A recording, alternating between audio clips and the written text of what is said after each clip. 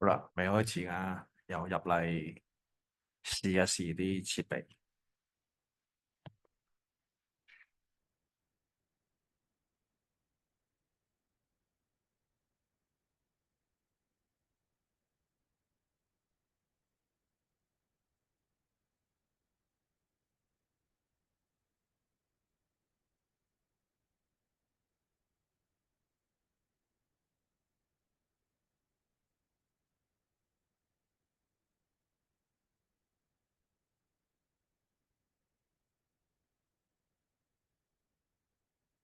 睇唔睇到個畫面呢？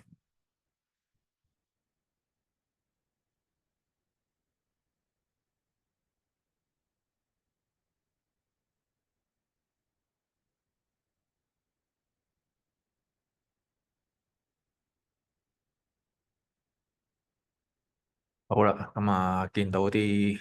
朋友仔都陸續入緊嚟，咁我哋等多半分鐘。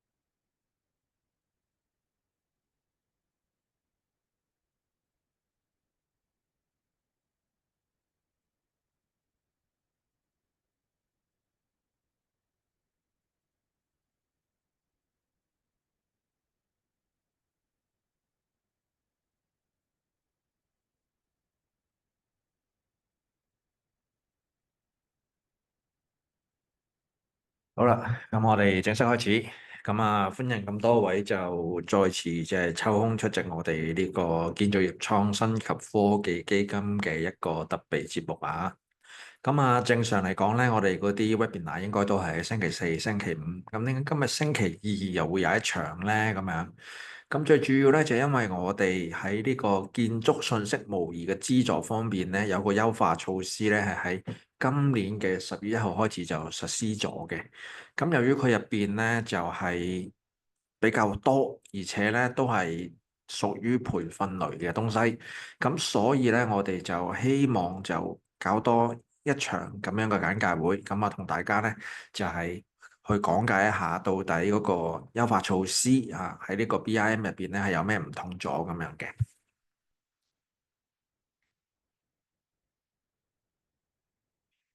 好啦，咁重要嘢講先啦吓，生命第一，過去幾年業界就周不時都會有啲唔開心嘅消息就傳嚟嘅，咁所以咧議會咧就有一個叫做生命第一對危險說不，人人有責各司其職嘅活動，希望咧工地咧上上下下啦吓，管理層又好，前線帶隊又好，我哋啲工人朋友都好，大家一齊齊心協力令到我哋嘅工作環境咧就越嚟越安全。議會亦都不時將一啲案件咧就攞嚟做分析，然之後咧就喺入邊咧就分析到常見啲意外嘅例子啊，同埋咧得出一啲關鍵嘅安全嘅一啲措施，就喺我哋議會嘅網站入邊就分享嘅。如果大家平時係做一啲安全相關嘅工作啊，又或者純粹即係想了解多啲嘅話咧，都歡迎上去我哋網站入邊有一個叫做安全資訊入邊嘅提示及信息，就會有呢個常見意外例子同埋安全措施嘅分享㗎啦。好啦，咁可能會有啲新嘅朋友仔即係可能就係公司突然間就抌咗一個咁樣嘅 link 過嚟話，一齊聽下睇下啲咩唔同咗，咁就唔係太清楚，到底基金係咩嚟嘅咧？咁樣，咁所以咧都需要咧就分享一下我哋基金嗰個背景嘅資料咁樣嘅。建造業創新及科技基金咧就係政府喺2018年撥款港幣10億成立啦。同一時間喺22至23個財政年度咧，就額外撥款多港幣12億嘅，所以基金 total 係有22億㗎嚇。佢成立咧，其實係希望業界咧就多啲採用呢個自動化、數碼化同埋工業化嘅技術啦。我哋叫做為一個科技應用，再配合埋呢個人力發展啦，建構一個創新嘅思維。雙管齊下之下咧，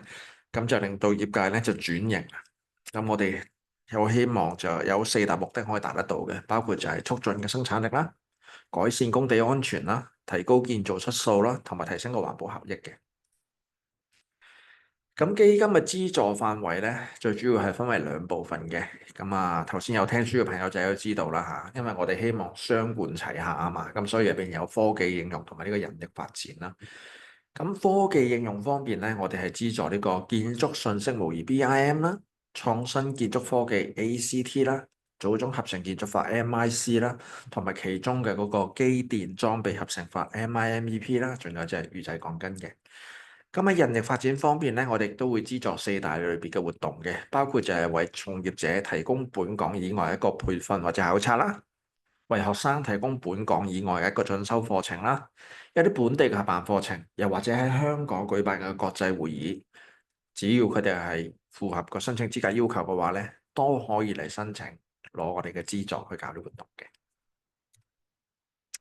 好啦，咁啊接住落咧，我哋就講一講嗰個申請資格要求啦。咁如果貴公司係想申請呢個科技應用的話咧，咁就會係以下三類嘅團體係符合個資格㗎嚇，包括就係如果貴公司喺過去24個月係曾經繳付過建造業徵款嘅話咧，咁呢一類繳付徵款嘅承建商咧係符合個申請資格要求嘅。咁如果貴公司係喺議會一個註冊專門行業承造商制度入邊咧係註冊咗，係一間認可註冊專門行業承造商或者分包商嘅話咧，咁佢亦都係符合個申請資格要求嘅。咁好啦，如果貴公司係一間顧問公司嘅話咧，而佢又被列入政府又或者專業團體名冊嘅顧問公司咧，咁亦都係符合申請資格要求嘅。咁呢一 part 講緊咧就係好籠統嘅科技應用啊，包括就係 MIMEP 啊、MIC 啊、預製鋼筋啊、咁啊 BIM 啊，同埋我哋呢個創新建築科技 ACT 咁樣。咁其實呢一度咧喺10月1號之後咧就有少少就改動咗噶啦，因為其中咧就我哋 BIM 入邊嗰啲培訓咧係容許一個專業團體同埋商會咧咁就可以嚟申請啊，以前係冇㗎嚇，因為以前就不嬲都係自己公司幫自己啲伙計嚟申請。咁10月1號之後咧，我哋有一個優化咗嘅措施咧，就係專貨嗰啲中小企或者分包商啦，因為佢哋可能對於呢啲申請嘅流程咧就唔係咁熟悉，咁就容許佢哋所屬嘅一個專業團體啦或者商會啦，就幫佢哋去進行一個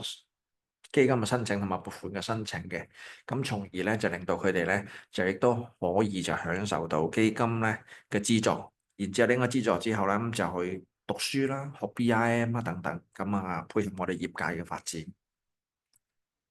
好啦，咁喺人力發展方面咧，係有5大類嘅機構咧，係符合個申請資格要求嘅，包括就係本地嘅高等教育院校啦、專業團體啦、商會啦、工會啦，仲有半官方或者法定機構嘅。咁呢5大類機構咧，佢就會舉辦頭先所講個4類活動啦，嚇，包括就係俾我哋啲從業員去海外嘅培訓考察啦，等等嗰啲。咁然之後咧，就會係攞咗資助就搞嗰啲活動。咁其實佢最終咧嗰個受惠對象去翻業界嘅喎，點解咧咁樣？因為佢頭先所講嗰啲4類活動咧，其實個受惠對象咧係我哋業界嘅啲專業人士啊、技術員啊、註冊熟練技工啊、高等院校生等等咁樣嘅。好啦，咁喺未正式講解嗰個資助情形之前咧，咁有啲新嘅資訊都要分享一下嘅。咁啊，首先就係關於我哋呢個建築信息模擬應用啊，講緊應用咧，即係你哋去買 BIM 嘅軟件或者硬件咧，就為之應用啊。讀書咧就叫做培訓，咁啊買軟硬件咧就叫應用。OK，分到啊。咁喺2025年6月1號開始計咧，咁嗰個應用呢個資助上限係港幣嘅150萬啦。咁仲有就係試用資助咧，上限係港幣嘅20萬啦。而每一部電腦嘅資助上限係港幣嘅1萬蚊嘅，呢個係新嘅。OK，好啦，其次咧就係關於嗰個預製鋼筋啦。咁喺2025年6月1號或之後遞交嘅申請啊，如果係涉及香港房屋委員會嘅項目嘅話咧，將唔會再獲得資助㗎啦。咁所以申請之前留意一下啦。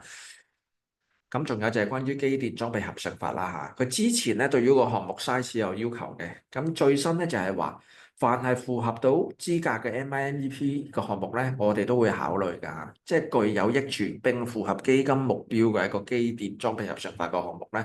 我哋會根據申請者提供嘅一個理據咧，就給予一個考慮嘅。咁留意翻嗱，係適用於2025年5月1號或之後遞交嘅申請嘅。好啦，咁啊準備好未？咁啊開始講 BIM 優化嘅詳情啦嚇。好啦，咁就講一講個背景先啊。咁 BIM 嘅資助咧，一直以嚟咧就分為4大類嘅，包括就有呢個課堂式嘅培訓啦，仲有就係我哋嘅一個項目為本嘅培訓啦，同埋我哋一個叫做建築信息模擬閱覽員嘅合辦課程嘅一個資助啦，同埋最後咧就係有一個叫做應用啦，頭先講咗啦嚇，即係軟件或者硬件嘅資助嘅。咁今次呢一個最新嘅優化措施咧，最主要咧係針對喺培訓嗰方面嘅，即係你哋買 BIM 嘅軟件或者硬件呢一 part 咧係完全係一樣，沒有改變㗎。OK，咁只不過係喺不同嘅培訓模式入邊咧，都會有啲新嘅優化措施嘅。咁首先要講嘅咧就係我哋呢個課堂培訓啦。咁佢個資助模式咧係冇改變㗎嚇，依然係70%配對資助嘅。咁留意翻嗱，個資助上限咧，同樣都係睇翻各位嘅公司啊。申請者其實我哋基金係以一個公司，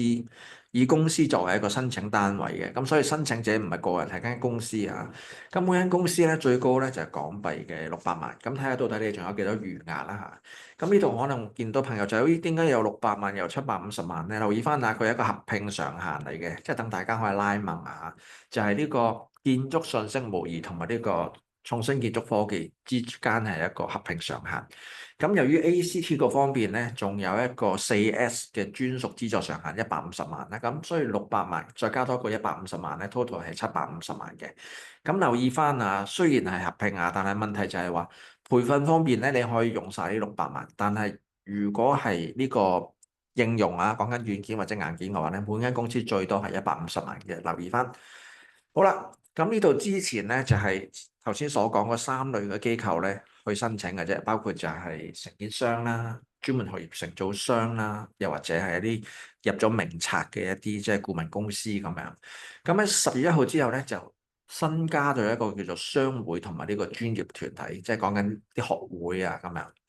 咁佢哋咧係可以為佢哋符合嗰個申請資格要求嘅一啲旗下嘅會員公司啊嘅中小企或者分包商嘅會員公司咧，係幫佢哋去提交一個申請同埋一個撥款咁樣嘅。留意翻。咁同一時間咧，最主要呢個做法咧就係希望，因為啲中小企好多時候佢哋並唔係太熟悉個基金申請啦，咁呢啲商會學會可以幫佢哋一把。但係商會同埋學會咧喺呢個期間咧係唔會獲得任何資助㗎嚇，即係佢哋只不過係幫佢哋啲中小企或者分包商嘅會員公司咧去做一啲行政上啲申請工作嘅啫。好啦，咁喺資助上限方面咧，除咗頭先所講個600萬嘅即係合併上限之外咧，咁亦都會睇翻咧，就會有一個叫做個人嘅上限嗱，呢個係計落個學月嗰度嚇，咁就15000蚊係累計嘅啫。咁我哋喺一個課程嘅資助方面咧，一般嚟講咧就係個課程3000蚊，又或者70% 學費，以較高者為準。即係咩意思咧？如果個課程係3000蚊嘅話咧，咁我哋100%咧就全部資助100%㗎啦。咁如果個課程10000蚊嚟計咧，咁乘70%咧，咁我哋係資助7000蚊個數嘅。咁啊，總之就係個課程你申請嘅話咧，我哋睇一睇，如果係3000或以下嘅話咧，就100% 全數資助；如果係多過嘅話咧，咁我哋就計翻70% 嗰個價錢，以較高者為準咁樣。咁仲有就係有一啲 CCBC 或者 CCBM 嘅課程嚟講咧，喺完成課程嘅時間咧，已經係可攞到學費70%嘅資助㗎啦。喺課程完成日之日起1年之內，如果成功攞埋個牌嘅話咧，咁間公司咧就可以攞埋額外15% 嘅資助嘅。咁所以咧，即係咁多位公司老細咧，最緊要咧就推一推你啲夥計咧，咁啊，等佢哋加把勁，快啲就攞到個資格認證啦。好啦，咁啊頭先講咗嗰個商會學會代為提交申請嗰樣嘢啦，咁佢有啲條件係需要滿足㗎嚇。咁啊，包括就係話要聲明啦，聲明即係呢個商會學會同埋嗰個培訓機構之間嘅利益衝突啦。咁仲有咧，就係我哋喺呢個撥款嘅時間咧，亦都係需要按照個實際成功完成培訓嘅合資格學員嘅人數去計算啦。咁仲有就係話，透過呢個咁樣嘅計劃攞資助去參加培訓嘅嗰啲學員咧，都要係我哋建造業相關嘅一個從業員啦嚇。咁因為個學歷先有用啊嘛，先幫到業界噶嘛，即係冇理由佢可能係一個即係其他類別嘅即係汽車設計員咁樣過嚟學 BIM，咁就好似就唔係太相關啦。係啦。咁仲有就係，如果商會同埋學會申請嘅閱覽員嘅培訓咧，咁亦都係需要用我哋嗰個建築信息模擬閱覽員教育資源套件進行一個評估啦。呢個係議會嘅，上網就揾得到嘅啦。咁仲會係有一啲其他嘅要求啊，即係除非有你唔特別指明，否則嚟講咧，都係需要遵循翻其他即係基金嘅一啲要求嘅。咁留意翻啊，商會同埋專業團體係唔需要承擔個會員公司嘅培訓個費用嘅，但係佢需要幫手收嗰啲相關嘅繳費記錄。咁喺完成培訓之後咧，佢亦都會將呢紮記錄咧就係提交俾基金，咁啊進行一個撥款申請之用嘅。咁當然經批准之後咧，個資助係會直接發放俾相關嘅會員公司，就唔會再經過商會或者專業團體去打攪佢哋噶啦。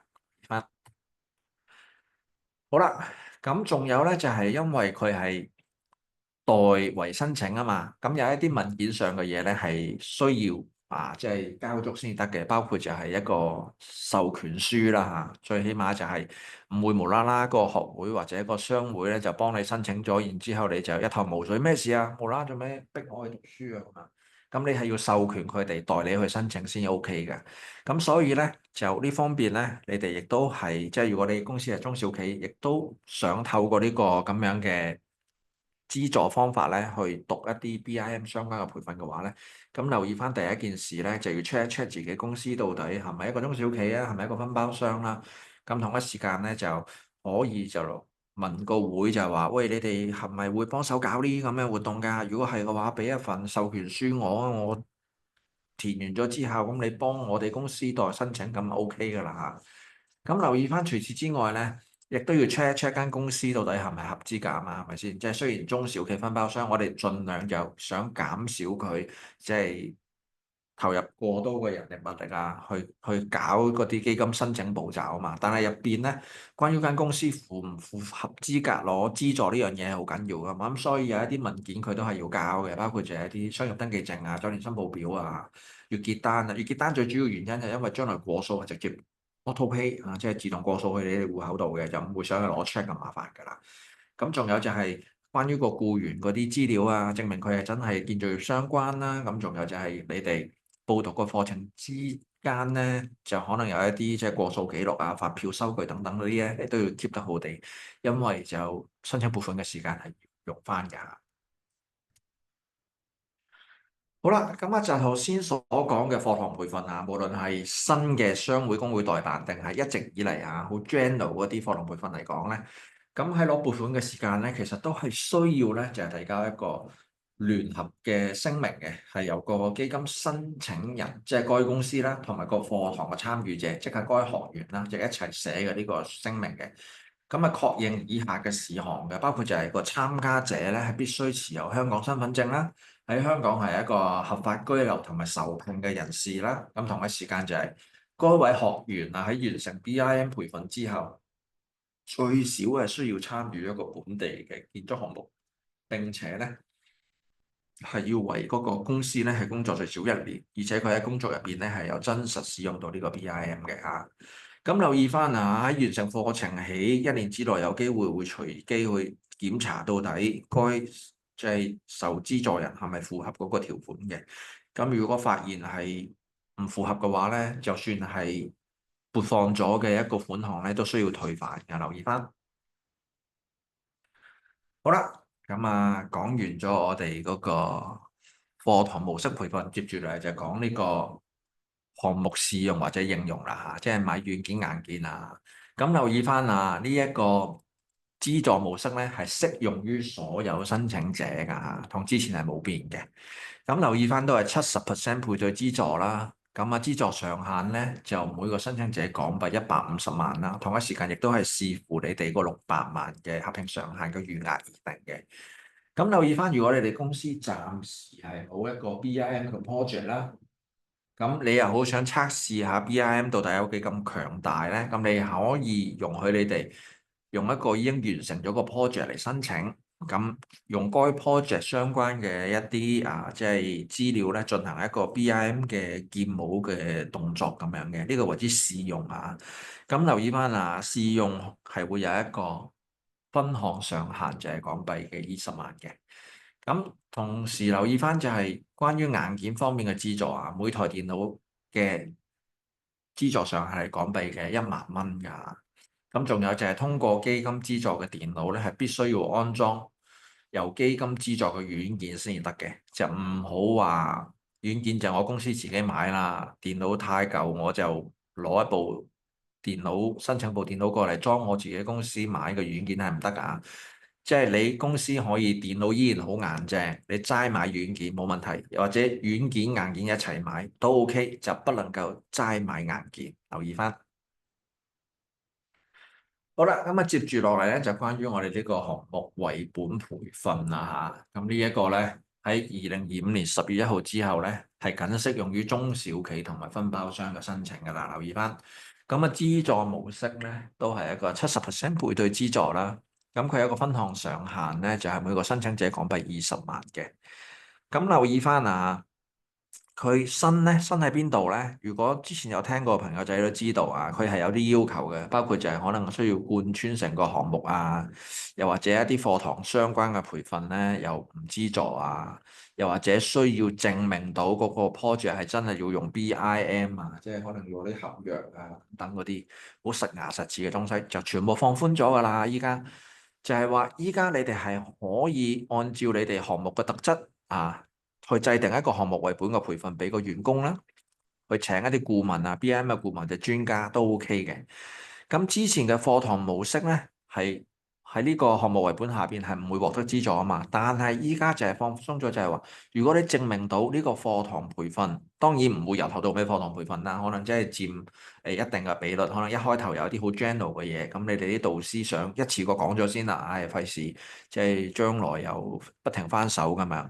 又未必即係個項目開展嘅時間又冇可能即係又儲齊咁多個人一齊坐喺度聽咁樣嘅情況都 OK 嘅，但係問題就係話呢個課堂形式嘅一個培訓咧，嗰啲內容咧一定係要同個項目有關嘅，就唔能夠就話我開3班咁又講翻即係我哋出邊即係去上3000蚊嗰啲，咁樣就唔係嗰回事嚟㗎啦。如果你係要上嗰啲嘅話咧，你可以照樣攞個資助去上嗰啲咁我哋其實課堂式培訓亦都有資助㗎嘛，所以咧就係話，如果想喺一個課堂培訓之下，要有一個項目為本培訓之下，要有一個課堂形式嘅培訓嘅話咧，咁一定係要同項目相關嘅。留意翻，咁之前咧係需要證明到個 project 咧真係有使用 BIM 嘅需要㗎嘛。咁好多時候咧，我哋發覺啲中小企分包商其實佢直接同個大判之間係唔會有任何嘅即係合同會寫到咁 detail 㗎嘛。通常佢哋分配一 part 㗎啫嘛，係咪先？即係可能風火水電可能泥水各樣嘢咁樣。咁所以依家咧就放寬咗啦，你哋如果可以攞到相關嘅合約要求，固然好啦。否則嚟講咧，就係有攞到客戶支持你哋採用 BIM 嘅信函又 OK 啦。甚至乎你公司真係好有自覺性啦，就係覺得個世界變緊啦，我一定係要 BIM 噶啦，唔係第時我脫節，自我聲明就話我哋想喺呢個 project 用 BIM 啦，都 OK 嘅好啦，咁頭先都講咗啦，之前嘅要求咧係需要貫穿成個項目嘅周期噶嘛，咁依家放鬆咗咧就係話你哋係可以喺成個項目入邊嘅一個特定周期去進行呢個培訓都 OK 嘅，因為尤其是中小企佢未必係需要真係成個 project 由頭行到尾噶嘛，佢可能係好啦砌晒牆嘅時間咧，咁放你哋入去做吊頂，咁其實你係做吊頂嗰段時間，你先至需要就係同人哋夾圖各樣嘢成咁之前嗰部分同埋時候嗰部分你又唔需要用，咁夾硬強制你哋要貫穿成個項目週期，又似乎又真係即係太過僵硬嗰啲，咁所以呢度係放鬆咗嘅。咁仲有咧就係申請者咧需要提供一個即係適當嘅培訓時數啊，所展示出嚟嘅成果啊等等，同埋呢個即係費用方面嘅一個交付嗰啲證據，我哋要有㗎。咁同一時間咧，嗰個 BIM 嘅 coach，即係個導師啊，個專家導師咧，佢亦都有一份聲明需要交上嚟嘅，即係證明佢係進行呢個培訓團隊，而唔會直接執行嗰個工程入邊 BIM 相關嘅工作嘅啊。即係如否則嚟講，就好似即係資助大家去請一個即係雲修騰幫你做咁樣。咁呢個就唔係個本意嚟嘅，我哋係希望就個個都識啊，因為個個識先至學咗先係自己噶嘛，係咪先？咁啊，公司唔會淨係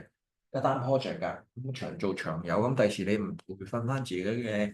專業嘅一啲 BIM 人才，咁下下咁樣啊判俾出邊，咁就唔係話唔好啊，即係都要諗一諗將來好多 project 嘅時間，咁就梗係有翻自己人，就更加有個彈性喺度啦。咁留意翻啊，咁啊之前咧有一啲即係 BIM 軟件操作嘅培訓咧，咁就不被接受，依家都放鬆咗啦嚇，即係可以連呢啲 BIM 軟件操作嘅培訓都係接受到。意思即係咩咧？就係可能本身你個學員已經出去出邊學咗即係 let's say 有一啲建模嘅一啲課程啦嚇，咁佢話下嘅時候死啦！突然間個 topology 點畫咧，咁樣唔記得咗添，咁樣咁啊自己真係抄啲書，又好似唔係搞得好清楚。但係明明記得阿 Sir 講過係可以咁樣去做嘅。呢個時間你冇可能就衝翻去個培訓機構問個阿 Sir 噶嘛，佢可能搞緊第二班㗎啦嘛。咁呢個時間咧，如果係可以有一個 coach 啊，即係嗰個 BIM 嘅專才啊，又或者嗰啲導師咁樣，咁佢哋都應該好熟啊嘛。咁你就可以即刻問一問佢啦。喂，阿 Sir 係咪？嗰度可以咁樣做啊，咁樣咁佢就即刻可以教你點樣去操作啦。咁成件事咧，亦都係令到我哋即係嗰個 project 係推進得快咗，就唔會棘咗喺度啊。即係好多時候其實個問題唔係大，但係佢棘咗喺度嘅話咧，咁啊令到整體係即係遲緩咗啦，會。好啦，咁啊講完項目回本咧，最後咧就講一講我哋呢個建築信息模擬閱覽員嘅合辦課程啦。咁呢個要重點講㗎嚇，咁好多時候咧就係喺 BIM 方面咧，大家學到嘅最常接觸到嘅咧，會係建模啦咁樣。但係事實上咧，將來嘅發展咧，尤其是係我哋即係 BD 啊，即係屋宇署咧講緊咧，就係話會係2029有一個 BIM 強制入職要求嘅話咧，咁到時候你可以可想而知啊，所有 project 咧其實佢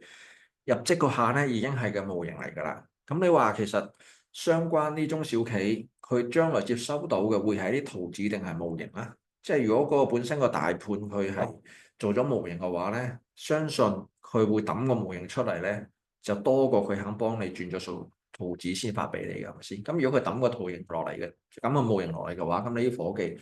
識唔識得去開咧？識唔識得去揾到自己負責嗰一 part 相關嘅嗰啲嘢啊？識唔識得攞相關嘅資訊 cut section 咧？咁樣，咁所以咧，如果大家公司係有一啲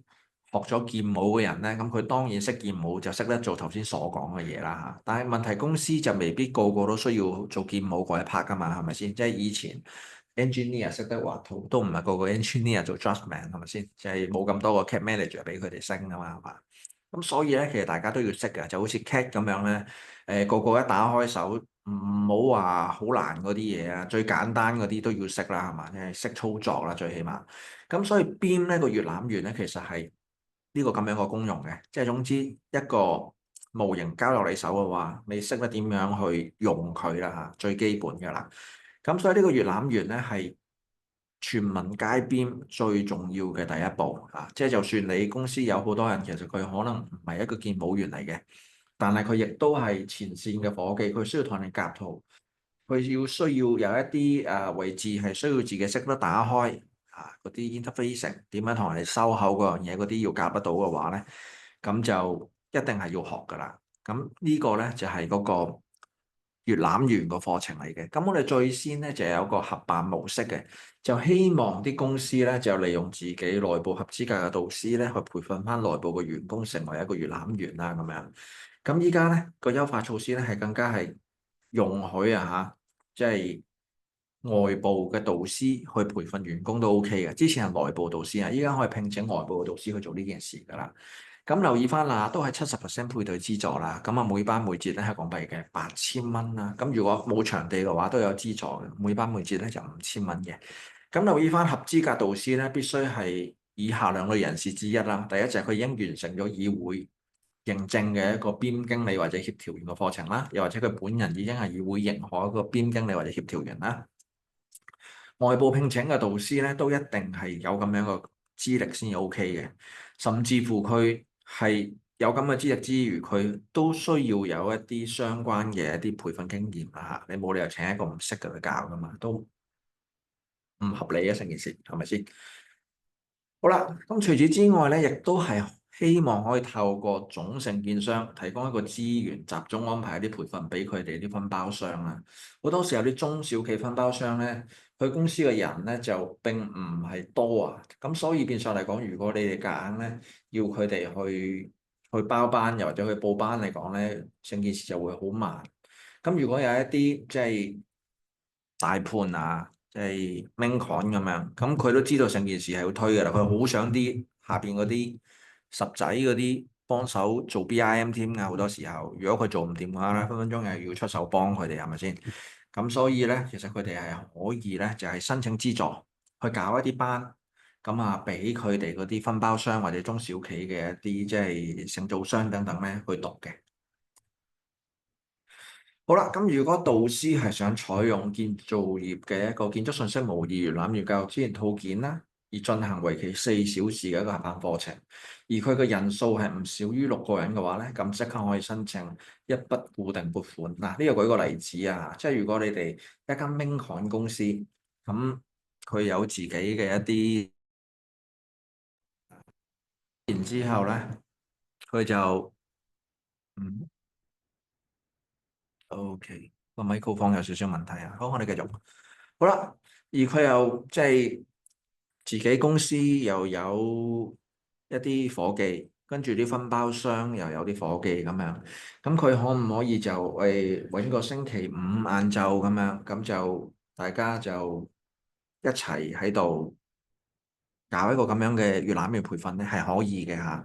咁佢可能嗰一班入邊嚟講咧，咁佢就坐足20個人。咁啊，其中就有4個係自己公司嘅，咁啊，另外咧就有16個就嚟自3間唔同嘅呢個即係判頭咁樣，得唔得咧？OK，咁你就可以去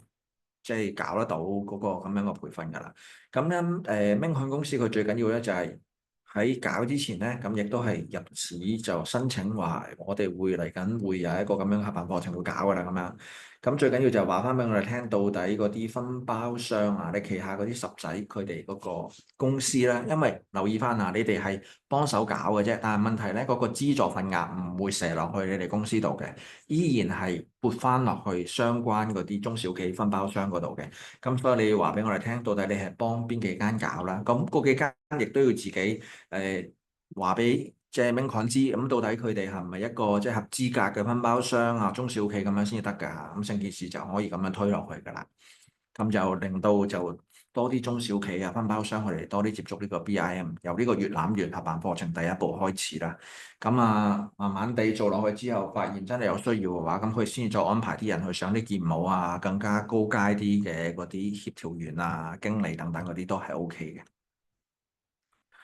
好啦，咁啊頭先所講即係由總承建商申請俾分包商嘅培訓啊，有啲條件咧係喺度嘅。第一就係話同一個班別入邊咧可以容許一家或者多家嘅分包商啦。咁仲有咧就係話總承建商同埋分包商咧係需要共同申報各自嘅員工嘅。咁我哋嘅資助按比例咧就計落去總承建商或者分包商嗰個資助上限入邊嘅。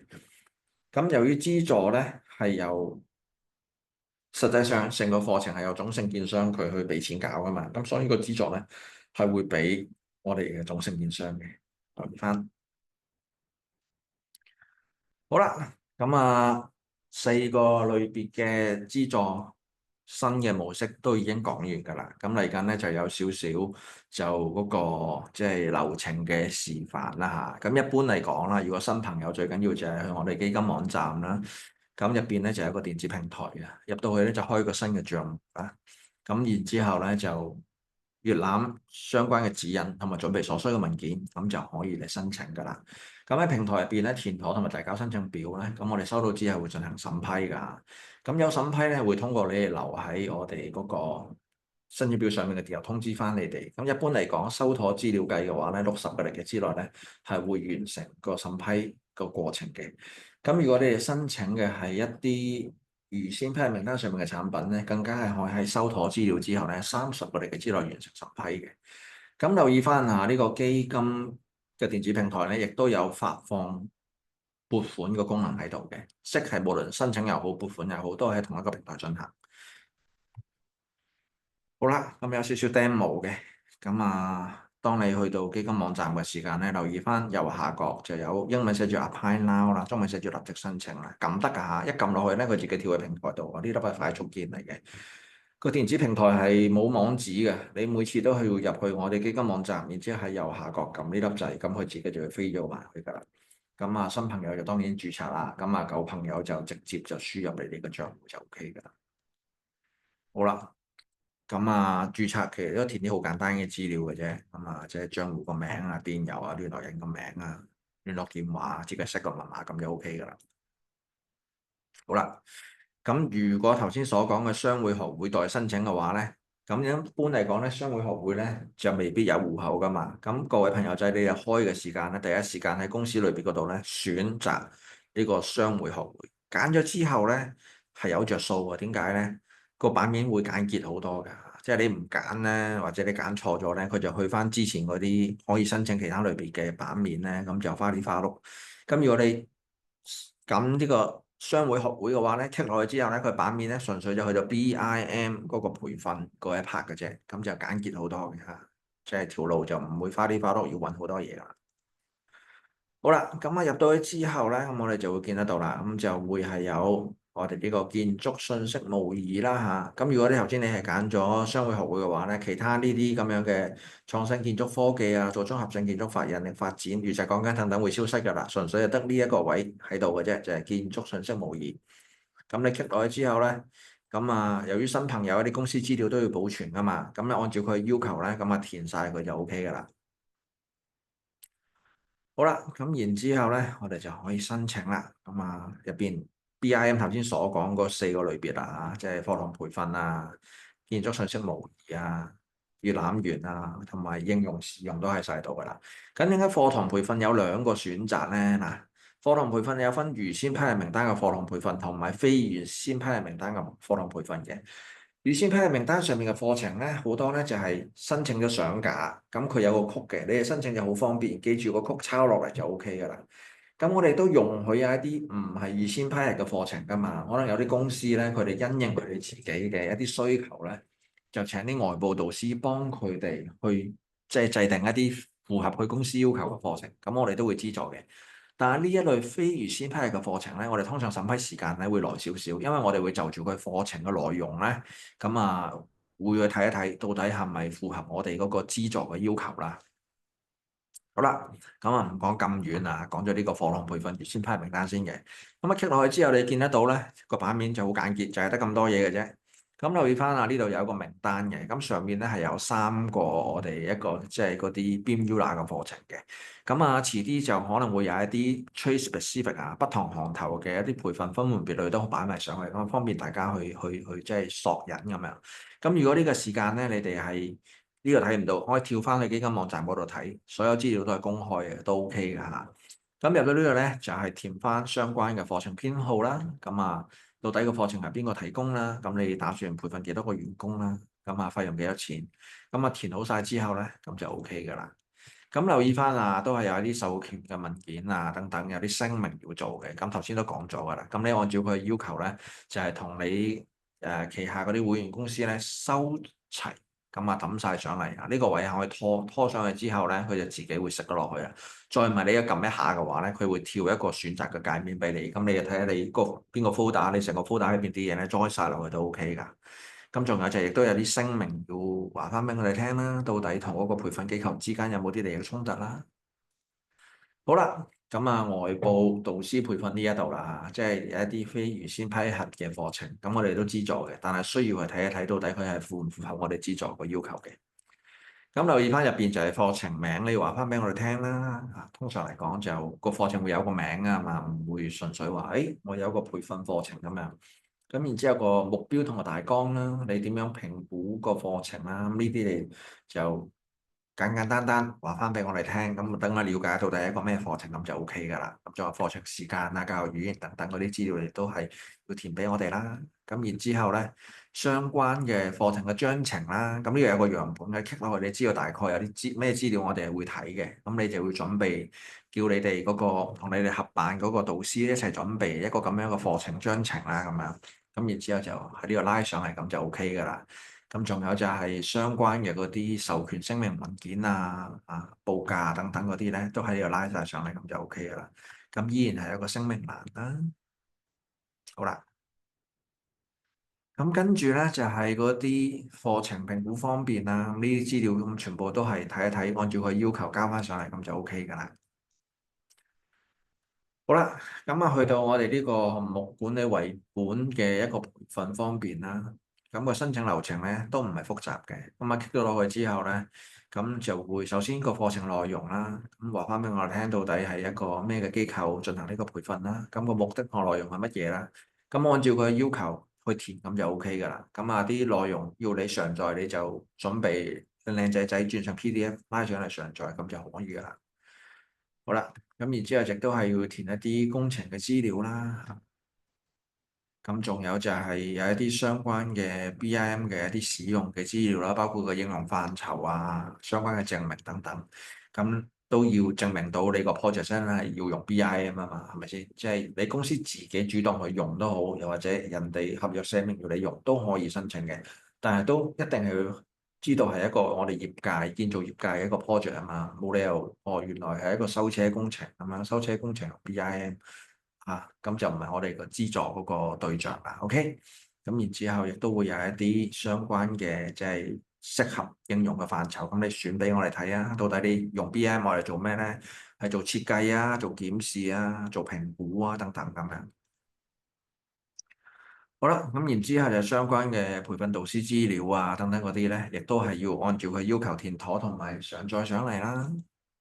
咁然之後就係嗰個成果評核啦。咁呢個好緊要㗎，因為政府資助啊嘛，佢真係希望係有啲嘢學到嘅，就唔係純粹就放牛班咁樣咧，又攞完咁我坐喺度 hea 聽，咁得與唔得咁樣，我哋都要知道到底係點樣評核到嗰個成果咁樣嘅。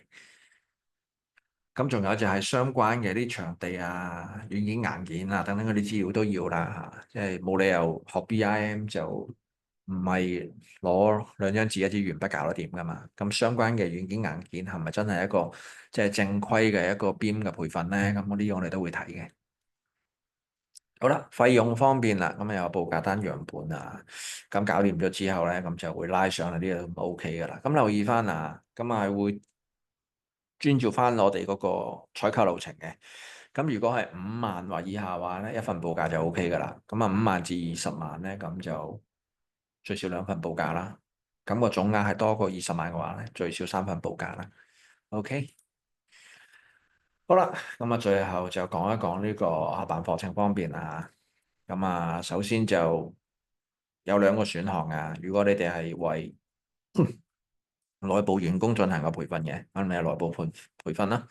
咁如果係為分包商進行培訓嘅，咁你就 check 呢度啦，咁樣。咁然之後，你哋係會用 CIC 嗰套 kit 去教攞一個一筆固定撥款4000蚊啦，定係其他自己去裁剪個教材，自己去搞咧，咁樣。咁你選完咗之後，話翻俾我哋聽啦。咁當然呢啲課程章程啊等等嗰啲嘢都要俾到啦。咁然之後咧，就係呢紮資料、課程目的啊、內容啊、學習成果等等嗰啲咧，咁照樣都係要填翻俾我哋啦。咁仲有就係到嗰個培訓導師嘅資料啦，嗰啲師資資料啦，咁亦都係要填妥啦。咁然之後將相關佢啲 cert 啊、嗰啲 CV 啊拉晒上嚟，咁就 OK 㗎啦。好，咁然之後就係到學員咯喎，咁樣咁培訓班學員嗰啲咁樣嘅名啊，各樣嘢咁樣照俾上嚟啦。咁仲有就係個評估方式方面嘅資料啦。咁如果你哋係用我哋嗰套教育資源套件嘅，咁就 OK 啦。如果你用其他嘅，即係自己公司可能，因為你哋嗰個教材可以係自己裁剪噶嘛，咁你應該會有一套方法 check 佢到底係咪學到嘢噶嘛。咁你攞咗個樣本上嚟，咁都 OK 嘅。好啦，咁啊接住落嚟又係到嗰個培訓場地啊等等嗰一紮資料啦，咁亦都按照佢要求填上嚟，咁就 OK 啦。好啦，咁然之後就係到個費用方面啦，咁相關嘅費用包括個明細啦，咁搞掂咗之後又係拉上嚟，咁要填嘅資料照填翻啦，包括導師費用、行政費用等等咁樣。好啦，咁就完成咗噶啦，撳個提交我哋收到噶啦。好啦，咁接住嚟就講一講撥款啊。咁撥款功能其實咧都係同之前大同小異嘅，